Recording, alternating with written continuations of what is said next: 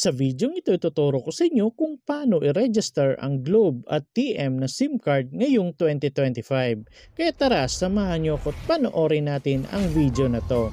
Pero bago yan, sa mga hindi pa nakasubscribe sa akin, kayo na ang bahala. So unang gagawin natin, punta lang tayo sa mga Google Play Store ng ating mga cellphone. At pagkatapos, i-click lang natin tong search. At pagkatapos dito, i-type lang natin ang Globe One app. At pagkatapos hanapin lang natin ang ganitong logo. Tapos i-click na natin itong install. And then antayin lang natin na mag 100% na ma-install yan. At kung okay na, i-click na natin itong open. So antayin nyo na lang at maglo-loading po yan ng kaunti. And then dito may makikita po kayong ganito. So kayo nang bahala kung stay in the loop or maybe later yung pipiliin ninyo. And then may makikita kayong ganito. So dito i-click lang natin itong create account. And then dito ilagay po natin yung Globe or TM na cellphone number natin. At kung nalagay nyo na, i-click nyo na po itong continue. At mapupunta na po kayo dito sa paglalagay ng OTP. So kailangan nakasalpak na sa mga cellphone yung SIM card na gusto ninyong iparegister kasi magsasend po sila ng OTP. So ganito po yung OTP na marireceive ninyo. So yung OTP na nandito, ilagay nyo na lang po dito. At pagkatapos mapupunta kayo dito sa pag-set up ng inyong PIN. So maglagay kayo ng 6-digit na PIN. At pagkatapos mapupunta naman kayo dito sa pag-confirm ng PIN na nilagay ninyo. So make sure magkatulad yung unang PIN at dito na PIN na ilalagay ninyo para makaproceed kayo. At may makikita po kayong terms and condition. So i-click nyo na lang po itong I agree. At sunod makikita nyo dito kung gusto nyo ba daw i-register yung fingerprint authentication. So kung gusto nyo, i-click nyo na lang po ito. Pero kung hindi naman or next time na lang, i-click nyo muna ang skip.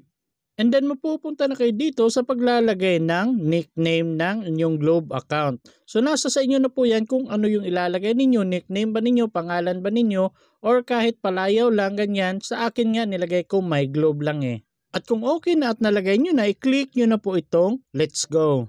At antayin nyo na lang at maglo-loading yan ng kaunti, then may makikita na po kayong ganito. So nasa sa inyo na po yan kung yes ba or no. Sa akin, no na lang, no thanks. At makakapasok na kayo sa homepage ng inyong dashboard.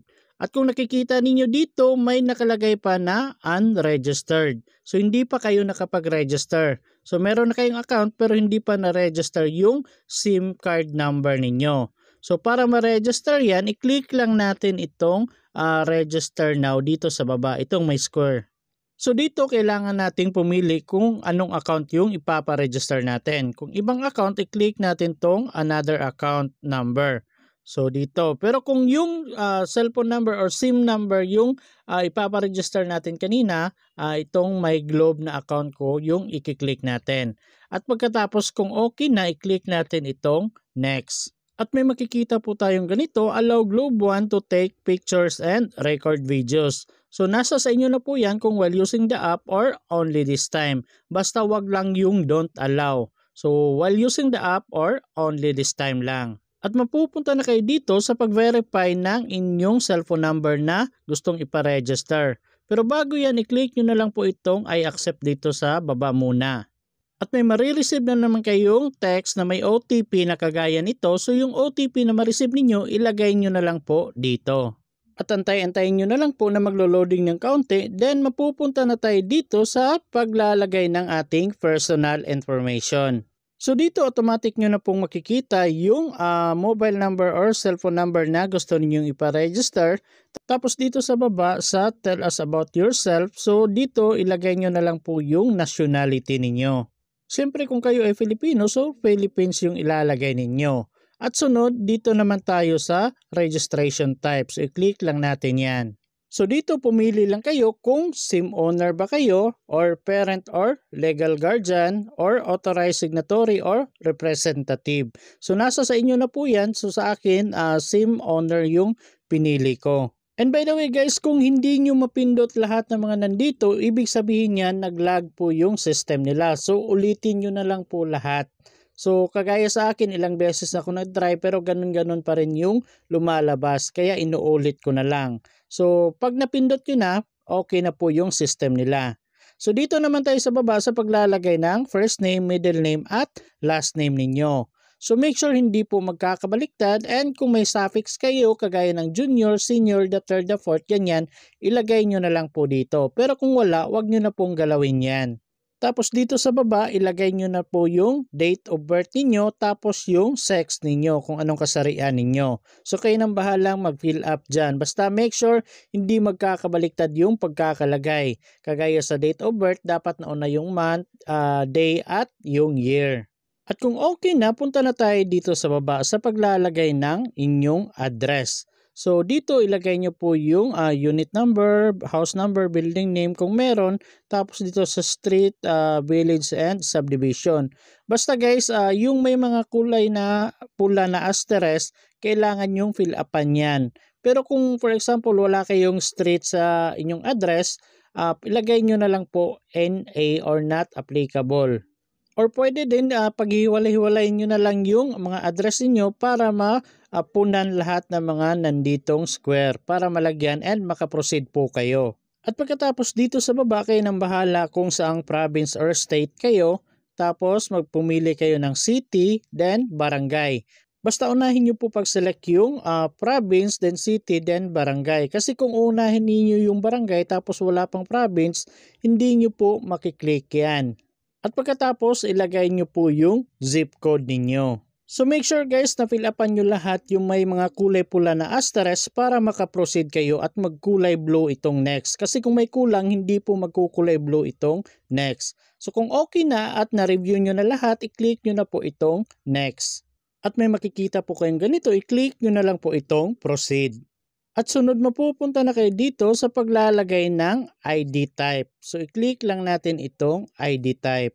So sa ngayon, ito yung mga IDs at document na tinatanggap nila. BIR ID, driver's license, IBP ID, NBI clearance, OWA ID, PRC ID, passport, PhilHealth ID, Philippine Identification ID or yung National ID, Senior Citizen Card, SSS ID, UMID Card, and Voters ID. So kayo nang bahalang pumili kung ano yung ID na gagamitin ninyo. So kagaya sa akin, National ID yung ginamit ko. So dito ilagay nyo po yung ID number ng inyong mga ID or document na ginamit ninyo. So dito po ilalagay. At kung okay na, dito naman tayo sa baba sa pag-take ng picture sa valid ID or documents na pinili ninyo. So click nyo na lang po itong upload or take a photo. At may makikita po kayong ganito. So kung gusto nyo yung live na pag-take ng picture, pwede nyo i-click tong camera. Pero kung gusto niyo yung ID na nakasave na sa inyong gallery, itong albums na lang yung i-click ninyo or itong photos. So nasa sa inyo na po yan. Kung gusto niyo yung live, itong camera. So kung ganito po yung lumabas guys, ibig sabihin niyan lumampas po siya sa 5 MB na limit. So mag-take na lang kayo ng picture ng inyong valid ID or documents, tapos ang gawin niyo, pwede niyo pong i-send yan sa messenger na kakilala niyo, tapos i-save niyo ulit para bumaba po yung MB niya. Hindi na po lalagpas ng 5 MB. At kung okay na, dito naman tayo sa baba sa pag-take ng selfie. So i-click lang natin itong take a photo. So ilang beses talaga akong nag-try na mag-upload, pero ganito talaga yung lumalabas kapag nag-take ako ng selfie. So lumalagpas siya ng 5 MB.